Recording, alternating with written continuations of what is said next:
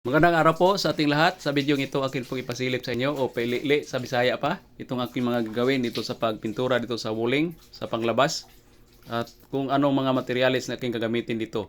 Pero kung kayo bago pa lang ito sa aking channel na Paint and Varnish TV, mag-subscribe na. Pakipindot na rin yung notification bell para ma-update po kayo kung ano man ang i-upload ko to sa channel na ito, mga kapinta. Ang una kong gagawin dito, na ipapakita sa inyo itong ginagawa ko dito sa pagpintura dito sa panglabas.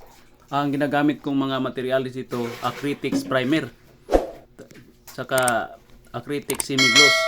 Ito po yung magandang panglabas. Product po ito ng Boysin.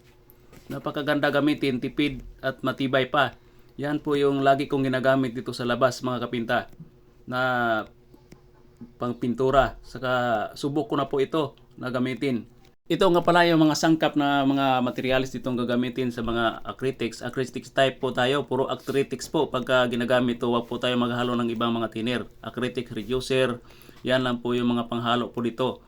Sa isang galon po, ang katumbas po nito nasa mga 1 litro na acrylic reducer. Yan po yung katumbas po dito. Baga nasa 20%. Malalaman po natin ito pagka medyo malapot kasi may parang sapot po. Kulang po ito sa reducer. Dagdagan po natin ito, mga kapinta. Pagka ganun po may mga lumilipad na parang sapot. Yan lang po yung ma-share ko sa inyo na ginagawa ko sa araw-araw na pagpintura, maging sa loob man o labas. Yan po yung pinaka-share ko sa inyo lagi na pagpintura o pagrepaint, mga kapinta. Ang kasunod kong gagawin dito kasi natimpla na dito sa acrylics primer, ipagulong ko na po ito.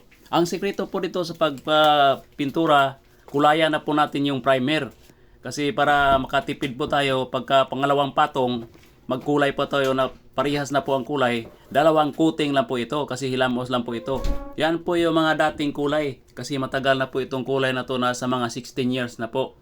Since to color na po ito, papalitan na po para mag-iba naman ang bahay, maganda na ang kulay, mabago. Yan po yung pinaka-importante natin pagka nagpintura po tayo. Kung ano pong gustong kulay, sundin po natin, mga kapinta. So, ito lang po yung ma-share ko sa inyo dito sa pagpintura ko sa labas at sa mga materialis. Naway may nakuha kayong idea dito sa pinakita kong video. Kung nagustuhan niyo, huwag kalimutan mag-like at mag-comment kung may katanungan kayo tungkol dito sa mga materialis. Akin niyan sasagutin sa oras ng break time o kaya pag-uwi sa bahay. Marami pong salamat sa lahat ng mga nanonood at sumuporta dito sa munting channel ko na walang sawa. Patuloy lang po tayo mag-vlog, mga kapinta. Huwag po tayo magsawa. Pakipollow ang ipipits ko na Paint and Varnish TV. Salamat po!